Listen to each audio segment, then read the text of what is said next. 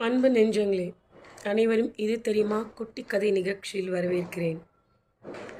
இன்றைக்கி ஒரு சுவாரஸ்யமான கதை. ஒரு நாள்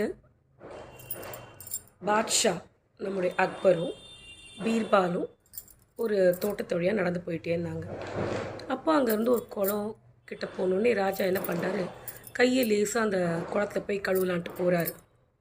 இலையெல்லாம் தொட்டுட்டு வந்தோமே அப்படின்னு சொல்லிட்டு கையை கழுப்பும் போது தண்ணியில் கொண்டு போய் கை வச்சா அப்படியே சில்லுன்னு இருந்தது தண்ணி. ஐயோ, சட்டுன்னு கை எடுத்துட்டாரு.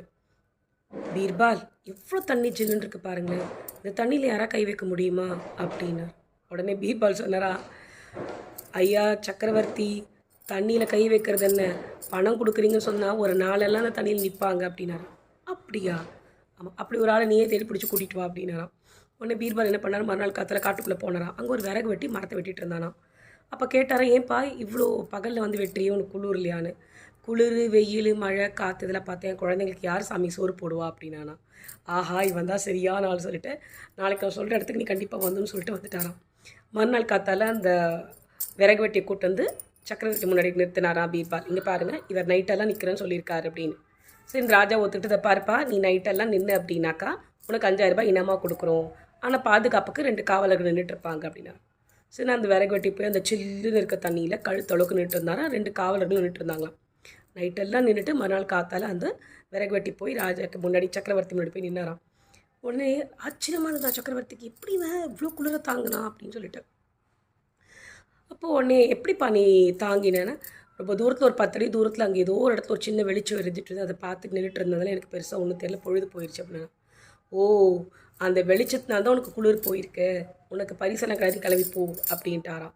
ரொம்ப மனசு கஷ்டமாகிடுச்ச விறகு வீட்டுக்கு நேராக போய் பீர்பால் கிட்ட சொன்னாராம் தன்னோட குறைய. நீ கவலைப்படாத, நாளைக்கு சாயங்காலத்துக்குள்ள உனக்கு கண்டிப்பாக உன்னுடைய இனாம் பரிசு கிடச்சிடும் அப்படின்னு சொல்லிட்டு திரும்ப அமிச்சிட்டாராம் அந்த விறகு வெட்டியை. மறுநாள் காத்தால முக்கியமாக எங்கேயோ வந்து சக்கரவர்த்தி வெளியில் போகணுமா. ரொம்ப நேரமாக வரவே இல்லையா பீர்பால். என்னது பீர்பால் வர வீட்டுக்கே வந்துட்டாராம்.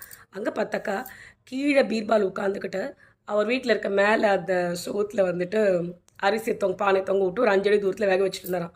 ராஜா கேட்டாரா, என்ன பீர்பால் இது, எப்போ சாதம் வேகிறதுன்னு, எப்போ என் கூட வர்றதுன்னு.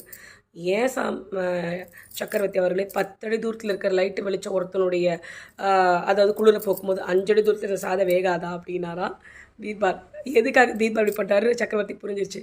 சரி பீர்பால், நீ சொல்கிறது எனக்கு புரிஞ்சிருச்சுன்னு சொல்லிட்டு சிரிச்சுக்கிட்டே அன்றைக்கி சாயங்காலமே அந்த விறகு வெட்டி கூப்பிட்டு 5000 ரூபாய் இனமாக கொடுத்தாராம்.